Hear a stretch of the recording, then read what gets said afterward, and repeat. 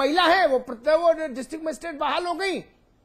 Noida authority में जिन लोगों को आपने बैठाला, हाई कोर्ट ने उंगली उठाई कि ये टेंटेड अफसर हैं, इनको कैसे तैनाती दी जी। वो वही लोग हैं जो बदनाम थे मायावती के समय में। लेकिन शिवपाल जी को वो गलत नहीं लगते, वो ठीक लगते हैं, बहाली कर दी गई। सवाल तो यही है ना कि जो सरकार में फाइनेंसर थे, क्या वो इस सरकार में भी फाइनेंसर हो गए हैं, करीब हो गए हैं? वजह क्या है? क्यों टेंटेड लोगों से आप पीछा नहीं छुड़ा पा रहे अपना? आप कहते रहते हैं, ऊपर आपकी सुनी नहीं जाती। आप जैसे ईमानदार आदमी को क्यों ठेंगा दिखा रहे हैं ऊपर वाले लोग? देखिए, जो इस तरह के बदनाम लोग हैं उनको पार्टी में नहीं आना चाहिए, और हम लोग जो है लगातार इस बात को उठा रहे हैं। तो आपकी सुनी नहीं जाती, यही तो मेरी चिंता की विषय है कि आप जैसे ईमानदार आदमी की सुनी नहीं जा रही। हमारी मांग ये है कि जो 21 सीढ़ी में आपने कहा उसमें बहुत बड़ा घपला हुआ है, और उस घपलों के जो दोषी लोग हैं, जनता ये चाहती है कि वो दोषी लोग जेल के पीछे दिखाई पड़े। जिन लोगों ने गबन किया है, जनता गाड़ी कमाई लूटने का काम किया है, उनको दंड मिले। वो तो मर्सिडीज में चल रहे हैं, आप कह रहे हो जेल में। जेल भी होना चाहिए उनको। चलिए, होना तो बहुत चाहिए, होना तो उत्तर प्रदेश को सर्वोत्तम प्रदेश बनना चाहिए साहब, लेकिन ना नौमन तेल होगा ना राधा नाचेगी। दिक्कत तो इसी जगह पे है। हम तो नाचने को कैसे नाच रही है वो देखने के लिए बैठे हैं यहाँ। आप नचाते ही नहीं हो, आप नौमन तेल का जुगाड़ ही नहीं करते हो।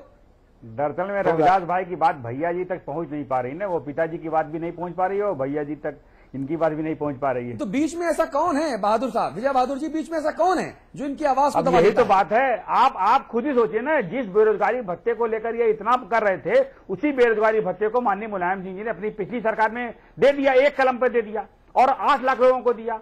5 महीने से अभी तक सरकार ये नियम बना रही है बेरोजगारी भत्ते का, आज तक नहीं हुआ। और नहीं तो पीछे जो मेरे पास 15 दिन पहले जानकारी है, कुल 6023 लोग पात्र पाए गए जो बेरोजगारी भत्ता पाने के अधिकारी हैं। अब उत्तर प्रदेश में आंकड़ों में ही सही, अगर बेरोजगारों की संख्या केवल 6023 है, तो आप सोचिए कितनी तरक्की है उत्तर प्रदेश की। वक्त खत्म हो गया है, वक्त खत्म हो गया है। दोनों सरकारें, चाहे बीएसपी की हो चाहे सपा की हो, बहुत ज्यादा आमूल चूल परिवर्तन आ गया हो ऐसा नजर नहीं आ रहा। केवल चेहरे बदले हैं। प्रदेश की दशा, या यूं कहें प्रदेश की जो दुर्दशा, वो कमोवेश वैसी ही है। अमिताभ जी, संवाद की टिप्पणी आपकी। बिल्कुल, देखिए, जनता के साथ सरोकार, जनता के साथ की संवेदनाओं के साथ जुड़ने का काम तो मुझे नहीं लगता कि उत्तर प्रदेश की किसी सरकार ने किया हो जब से हम लोग पत्रकारिता में आए जी।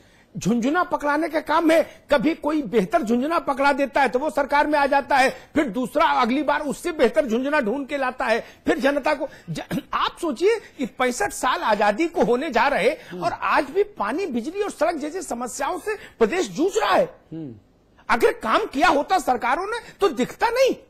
ठीक बात। वही चंद घरानों की बंधक हर सरकार रही। ठीक बात है। वही चंद घराने जो लूट में सबसे आगे थे, वो पिछली सरकार में भी प्रभावी थे, इस सरकार में भी प्रभावी है, और मैं मानता हूं बहुत दुख के साथ कि अगली भी जो सरकार आएगी वो उसमें भी प्रभावी दिखेंगे जी। मुश्किल यहां पर है जी, मुश्किल यहां पर है। आप सभी मेहमानों का बहुत बहुत शुक्रिया। उत्तर प्रदेश के हालात सुधरें, उत्तर प्रदेश उत्तम प्रदेश क्यों, सर्वोत्तम प्रदेश क्यों ना बने, लेकिन साहब अगर हम ख्वाब देखते हैं तो ख्वाब पूरा करने की ईमानदार पहल भी तो करनी होगी।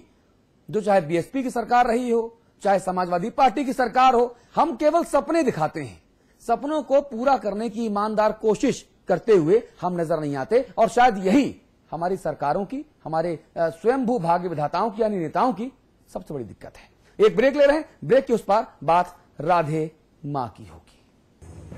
वो बहन जी की पार्टी में शामिल है, वो बसपा को कमजोर करने में जुटे हैं, वो माया के सियासी जाल को काट रहे हैं, वो बसपा की हार से भी खुश है, बसपा के विभीषण कौन? एक परफेक्ट इंजीनियर बनने से पहले, स्टॉक मार्केट में अपनी जगह बनाने से पहले, सॉफ्टवेयर प्रोफेशनल बनने से पहले, एक मल्टीनेशनल ग्रुप का सीईओ बनने से पहले, मार्केट के उतार चढ़ाव को समझा, मैनेजमेंट के कॉन्सेप्ट्स को समझा, एक परफेक्ट स्टूडेंट बना। मैंने डिग्री हासिल की। I studied at quantum global campus, जिंदगी को दे नई दिशा।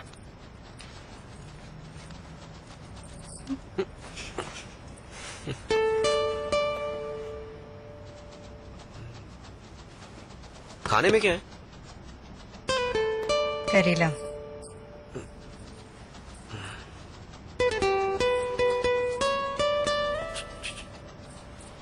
मीठे में क्या है?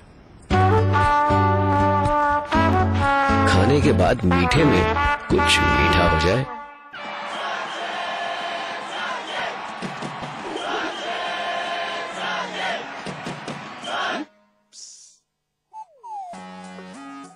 जोड़ी सही होनी चाहिए, जैसे सचिन और उनका बल्ला।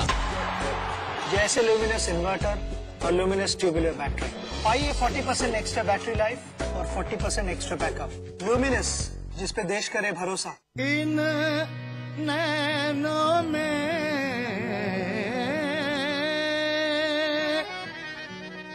कजरा न भाए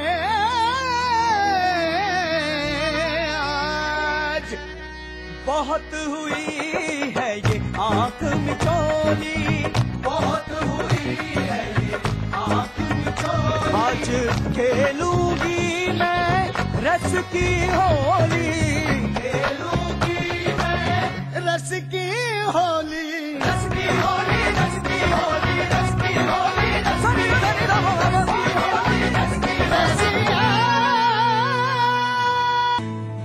India's largest university, with 25,000 students from 26 states of India and 16 countries, 25 international tie-ups, placements in 300 corporates, hostel facility for 15,000 students, ranked amongst the top universities of India, 600-acre campus, lovely professional university, transforming education, transforming India.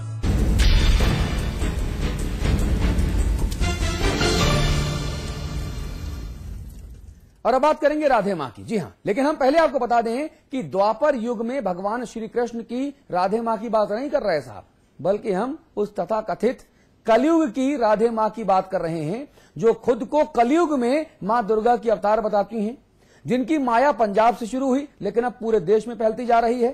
चौंकाने वाली बात यह है कि तथाकथित राधे माँ को जूना अखाड़े ने रातों रात महामंडलेश्वर की उपाधि दे दी और अखाड़े की तमाम परंपराओं को ताक पर रख दिया।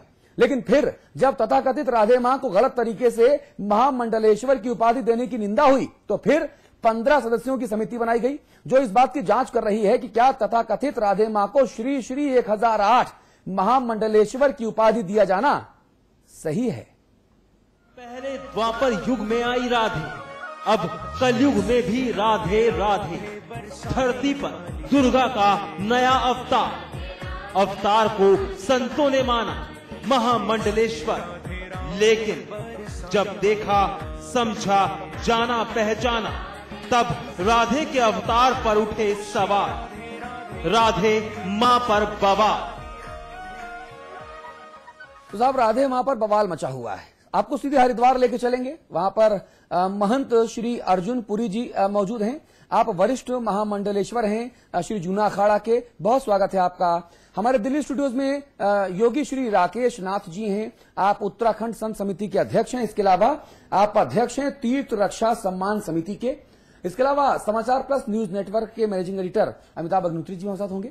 आप तीनों लोगों से हम खास बात करेंगे और ये समझने समझाने की कोशिश करेंगे कि आखिरकार राधे मां का जो पूरा ये एक चमत्कार है, ये आखिरकार है क्या और क्यों बवाल मचा हुआ है।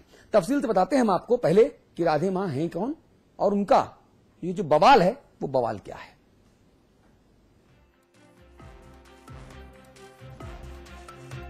हाई सोसाइटी में सुपरस्टार का दर्जा रखने वाली बहुचर्चित राधे मां ने अब चोला बदल लिया है। राधे मां आ गई हैं एक नए रोल में और उस रोल को निभाएंगी अब राधे मां, जिसे समाज में न केवल बेहद सम्मान की निगाह से देखा जाता है, बल्कि उन्हें पूजा भी जाता है। ये नया रोल है संत समाज में उच्च पद महामंडलेश्वर का।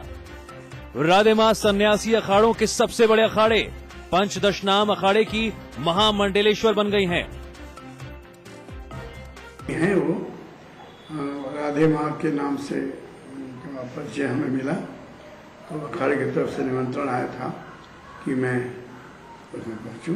मैं गया था, कुछ लेट गया था। मैं चद्दर चढ़ाना क्या, चद्दर उड़ा करके उनको आशीर्वाद दिया।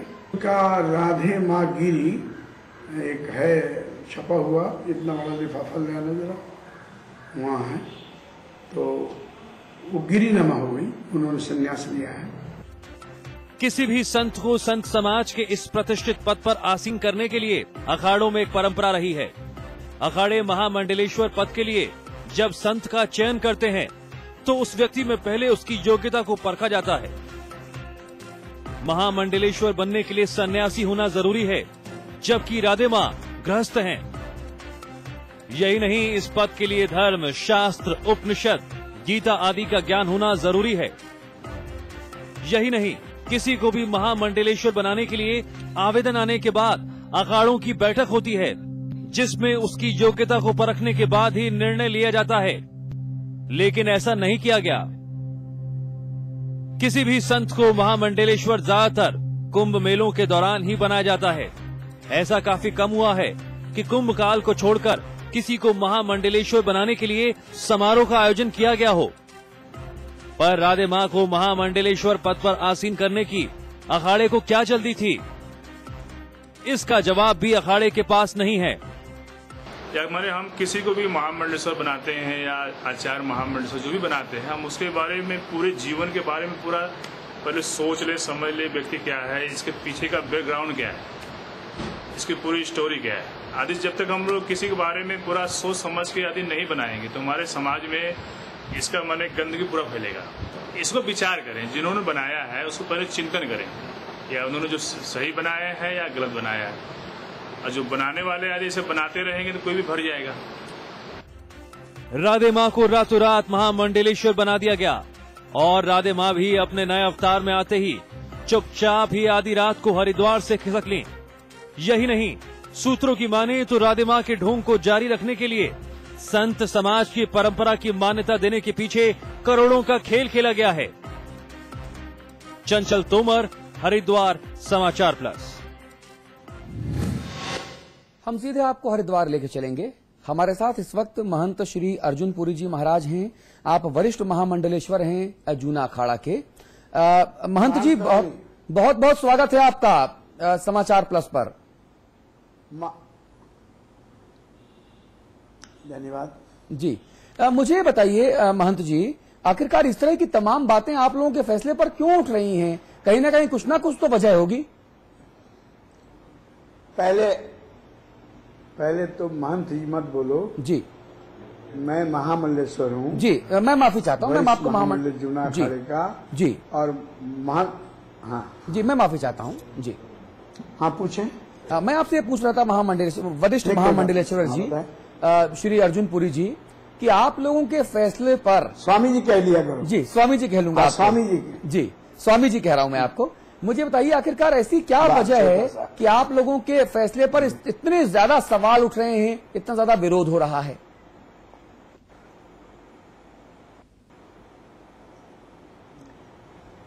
दरअसल मुझे भी आश्चर्य लग रहा है, क्योंकि हमारे यहाँ मंडलेश्वर तो बनते ही रहते हैं। तो राधे जी को मंडलेश्वर बनाने के बाद कितना बवाल क्यों खड़ा हो गया, यह हमारे लिए भी विचारणीय है। और बाद में ये पता चला कि वो पहले से भी बहुत चर्चित नहीं है और उनके चर्चा का विषय विभिन्न प्रकार का रहा है। ये मुझे बाद में जानकारी हुआ है। जो मीडिया के लोग हैं या समाचार जो सुनते हैं, पढ़ते हैं, देखते हैं, उनके तरफ से भी मुझे सूचना मिली। तो अब वो महामंडलेश्वर बन गई, इसलिए लोगों को आश्चर्य हुआ है और इस तरह से वो बवाल मचा हुआ है। नहीं, आपने उनके बारे में अच्छी बातें सुनी कि बुरी बातें सुनी? क्योंकि हमने जो सुना हमेशा बुरा ही सुना।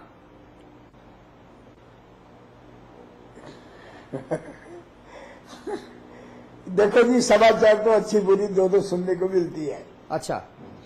पर हमने कन्फर्म किया, हमारे यहाँ जो मर्यादा है कि जो भी महामंडलेश्वर बनता है उसको संत लोग चयन करते हैं, उसकी योग्यता आदि का भी परीक्षण होता है और सबसे पहले उसको संन्यास दिया जाता है। लेकिन वो तो गृहस्थ हैं। सन्यासी ही महामंडलेश्वर बन सकता है। नहीं, वो बाद में हमने पता लगाया, मेरे आचार्य महामंडलेश्वर ने कहा इस बात को, और वो भी आए थे। तो उनके गुरु जी हैं संजीव गिरी जी, जो काली मंदिर पटियाला में रहते हैं। और उन्होंने कहा कि हमने इसको संन्यास दिया है, तो हमारे अखाड़े वालों ने इस बात पर जब संतोष प्राप्त कर लिया, अच्छी तरह से जानकारी प्राप्त कर ली, उसके बाद ही महामंडलेश्वर बनाने। यानी आपके हिसाब से कोई दिक्कत नहीं है, अब वो महामंडलेश्वर बनी रहेंगी, जिसको जो